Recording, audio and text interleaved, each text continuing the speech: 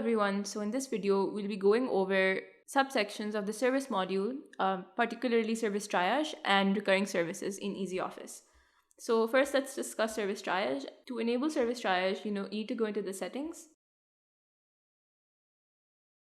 particularly advanced service and maintenance in the add-on section.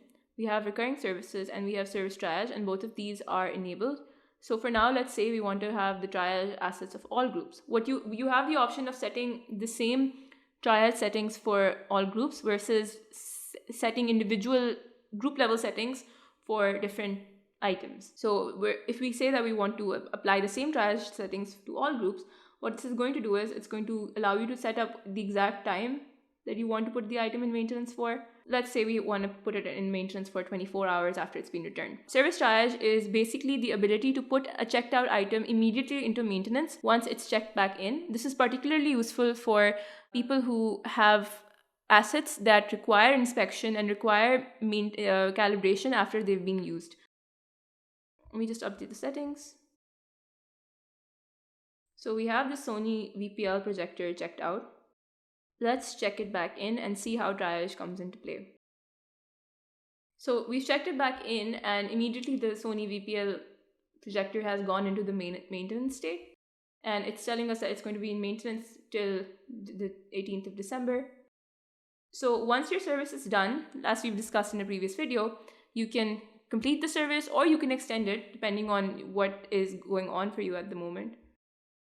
So that's that on service triage. The other thing that we have the ability to conduct in EasyOffice are recurring services. And recurring services are applied on a group level. And I'll go into more detail about that as we go.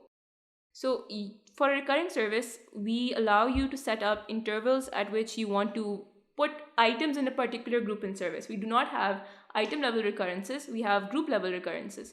So let's say we want to have a weekly calibration.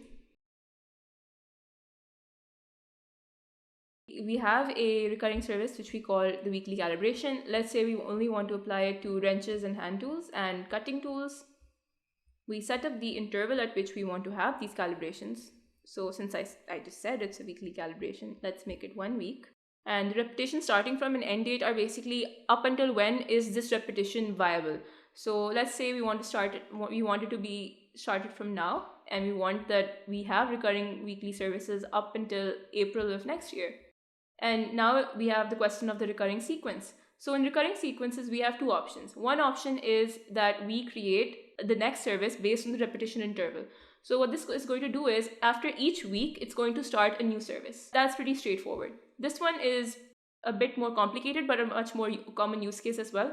So over here, when you select next service request to be created based on the completion of the previous service, what it's going to do is that once you put an item into maintenance and you complete the maintenance, it's going to start the week from the end date of the previous maintenance. And this will allow you to be more particular with how often or how frequently you are conducting a service on a certain item. And we also have a further setting for making the next service visible immediately after the completion of the previous service.